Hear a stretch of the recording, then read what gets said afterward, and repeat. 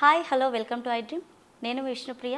ప్రస్తుతం మనతో పాటు ఉన్నారు రమేష్ పసుపులేటి గారు, qualified personal finance professional and certified mutual fund distributor. వారితో మాట్లాడదాం. Hello sir. నమస్తే అండి. సార్, మనకి చాలా మెయిల్స్ వస్తుంటాయి కదా డైలీ. సో అందులో ఒక మెయిల్ని తీసుకుందాం మనం ఈరోజు. సో ఏంటంటే తన నేమ్ వచ్చేసి వెంకట్. తను ఒక మధ్యతరగతి వ్యక్తి. తన ఏజ్ వచ్చేసి 38 years. తన శాలరీ 50,000. తను ఒక ప్రైవేట్ కంపెనీలో జాబ్ చేస్తున్నారు. అతనికి ఒక బాబు అండ్ పాప. బాబు వయసు వచ్చేసి 10 ఏళ్ళు, పాప వయసు వచ్చేసి 8 ఏళ్ళు. సో నెలకి వాళ్ళ మంత్లీ ఖర్చులు వచ్చేసి 35,000. మిగిలిన అమౌంట్ ఉంటుంది కదండి 15,000.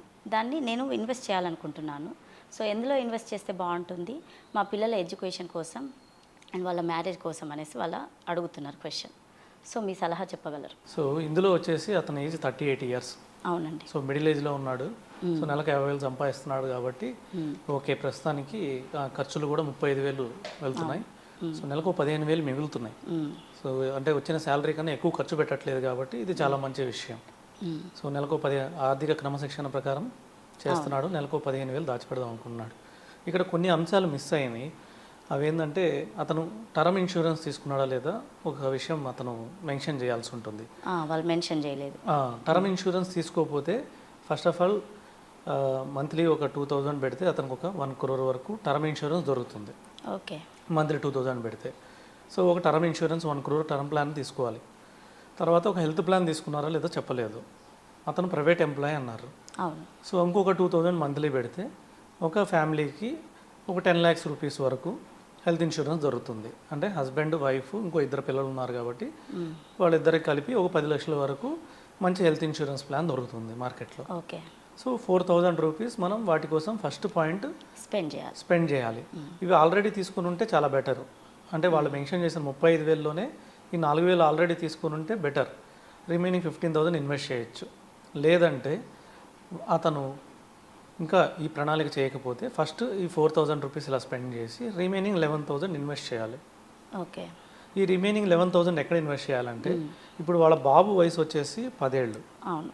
పాప 8 ఏళ్ళు. పాప 8 ఏళ్ళు. సో బాబుకి ఇంకొక 10 ఏళ్ళ తర్వాత అమౌంట్ కావాలనుకుందాం. లేదంటే ఒక 18 ఏళ్ళకి అమౌంట్ కావాలనుకుంటే బాబుకి ఒక 8 ఏళ్ళ అమౌంట్ కావాలి. అవును. పాపకి 10 ఏళ్ళ అమౌంట్ కావాలి. సో ఇది కొంచెం ఈక్విటీలో ఇన్వెస్ట్ చేయాలి. కొద్దిగా ఎక్కువ రిటర్న్ రావాలి. ఇక్కడ నుంచి వాళ్ళు ఆర్డీల ద్వారానో ఎఫ్డీల ద్వారానో పోతే వాళ్ళ గోల్స్ రీచ్ కాలేరు. సో కంపల్సరిగా వాళ్ళు ఒక 10 ఏళ్ళు ఒక ప్రణాళిక పెట్టుకొని 10 ఏళ్ల పాటు ఒక ఈక్విటీలో ఇన్వెస్ట్ చేయాలి. ఈక్విటీ అంటే మళ్ళీ అతనికి షేర్స్ చేసే టైం ఉందని నేను అనుకోను. సో కొద్దిగా టైం కూడా లిమిటెడ్ ఉంది కాబట్టి మ్యూచువల్ ఫండ్స్ ద్వారానే వెళ్దాం. ఓకే. మ్యూచువల్ ఫండ్స్లో 10 ఏళ్ళు అనేది చాలా మంచి టైం. ఆయనకి 35 years కనుక 45 లోపు తను గెయిన్ చేయడానికి స్కోప్ ఉంటుంది. అవును. సో అతను 38 years ఉన్నారు. సో అతను ఏజ్ 48కి వచ్చేళ్ళకి ఫస్ట్ చిల్డ్రన్ ఎడ్యుకేషన్ పూర్తి చేయాలి. చిల్డ్రన్ ఎడ్యుకేషన్ కోసం సపోజ్ బాబుకి ఒక 50 లక్షలు అవసరం అనుకుందాం, పాపకి ఒక 50 లక్షలు అవసరం అనుకుందాం. సో 1 కోటి రూపాయల దాకా వాళ్ళు బిల్ చేయాలి. బిల్ చేయాలి కాబట్టి సపోజ్ అతని దగ్గర 15,000 ఉందనుకుందాం. ఎందుకంటే ఇప్పుడు మన ఖర్చులు మనకు తెలియదు, టర్మ్ ప్లాన్ హెల్త్ ప్లాన్ తెలియదు కాబట్టి ఇవన్నీ తీసుకోకపోయింటే తీసుకోవాలి. లేదంటే 15,000 మిగిలినాయి కాబట్టి 15,000లో మనం ఎవ్రీ మంత్ ఎస్ఐపిలో ఇన్వెస్ట్ చేయాలి. ఓకే. అవి కూడా మిడ్ స్మాల్ క్యాప్లో ఇన్వెస్ట్ చేయాలి. కొంచెం భాగం అంటే 15,000లో ఒక 5,000 వర్త్ నిఫ్టీ ఇండెక్స్ ఫండ్లో ఇన్వెస్ట్ చేయాలి. ఎందుకంటే అది లార్జ్ క్యాప్ ఫండ్, కొద్దిగా రిస్క్ తక్కువ ఉంటుంది. నిఫ్టీ ఇండెక్స్ ఫండ్లో అందులో మంచి కంపెనీ చూసి నెంబర్ 1 ఫండ్లో చూసి ఇన్వెస్ట్ చేయొచ్చు. ఓకే. అందులో కొద్దిగా రిస్క్ తక్కువ ఉంటుంది. ఒక 12 to 15% రిటర్న్ వస్తుంది. ఇంకొక ఫండ్ ఏంటంటే ఒక మిడ్ క్యాప్ ఫండ్లో ఇన్వెస్ట్ చేయాలి. ఈ మిడ్ క్యాప్ ఫండ్లో లాస్ట్ 10 yearsగా చూసుకుంటే 20% CAGR ఇచ్చింది. ఓకే. ఈ ఫండ్లో ఇన్వెస్ట్ చేస్తాం.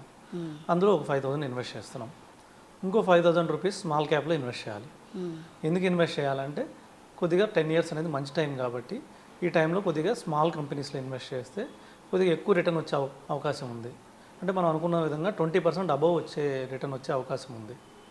ఈ విధంగా యావరేజ్ చేసి చూస్తే మనకి 15% రిటర్న్ వర్కౌట్ అయింది అనుకుందాం.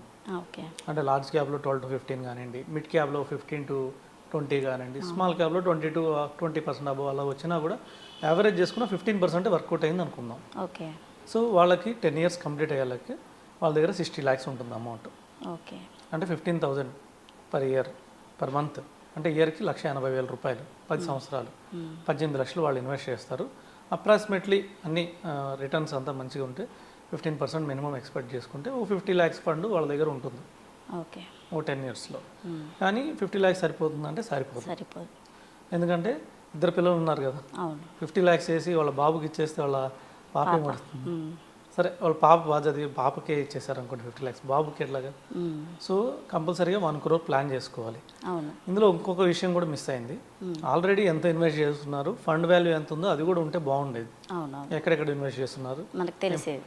అవును, కొద్దిగా ల్యాండ్ కొన్నారా లేకపోతే ఏమైనా FDలో ఇన్వెస్ట్ చేశారా, ఇంకా ఇవన్నీ కూడా చెప్పుకుంటే ఇంకా క్లారిటీగా ఉండేది. సరే మనం ఇప్పుడు లేవనుకునే చెప్దాం, జస్ట్ సింపుల్ ఇంతే మెయిల్ పెట్టారు. లేవనుకుని చెప్పే పని అయితే ఇంకొక 50 lakhs కావాలి కాబట్టి ఆయన శాలరీ ఇప్పుడు 50,000, నెక్స్ట్ ఇయర్ ఇంక్రీజ్ అవుతుంది. అవును. ఆ నెక్స్ట్ ఇయర్ ఇంక్రీజ్ అవుతుంది. అలాగే మ్యూచువల్ ఫండ్ కూడా ఇంక్రీజ్ చేసుకుంటూ వెళ్ళాలి. దీన్నే స్టెప్ అప్ SIP అంటారు. ఓకే. కంపల్సరీగా వీళ్ళు స్టెప్ అప్ SIP ద్వారానే వెళ్ళాలి. ఎందుకంటే వాళ్ళ గోల్ రీచ్ కావాలంటే స్టెప్ అప్ SIP ద్వారా వెళ్ళాలి కాబట్టి ఎవ్రీ ఇయర్ 20% పెంచాలి. 20% పెంచాలి. అంటే ఇయర్ 15,000 అనుకోండి, నెక్స్ట్ ఇయర్ ఇంకో 20% అంటే 3,000 పెంచాలి, 18,000 చేయాలి.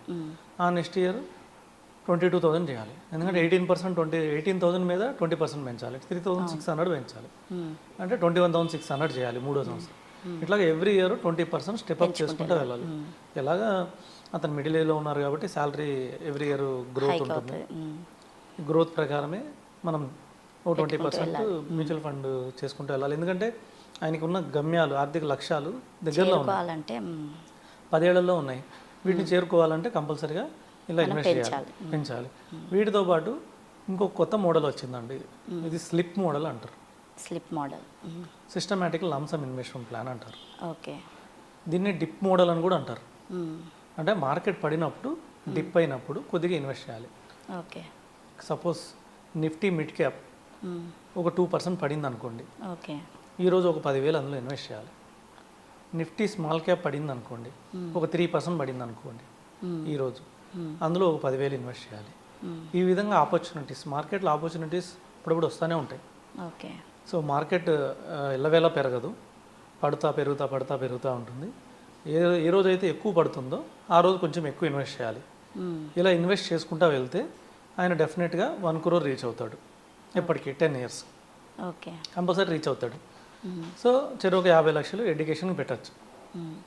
సరే, వాళ్ళంతా బాగానే ఉంది, ఇద్దరు బాగా చదివారు. తర్వాత ఆర్థిక లక్ష్యాల గురించి కూడా చూసుకోవాలి. తర్వాత ఆర్థిక లక్ష్యాలు ఏమున్నాయంటే, ఇప్పుడు అతని వయసు 38, ఇంకొక 20 ఏళ్ళు అతను రిటైర్ అవుతాడు. అవును. సో అప్పటికి అతనికి ప్రైవేట్ ఎంప్లాయ్ అన్నారు కాబట్టి పెన్షన్కి కంపల్సరీ ప్లాన్ చేసుకోవాలి.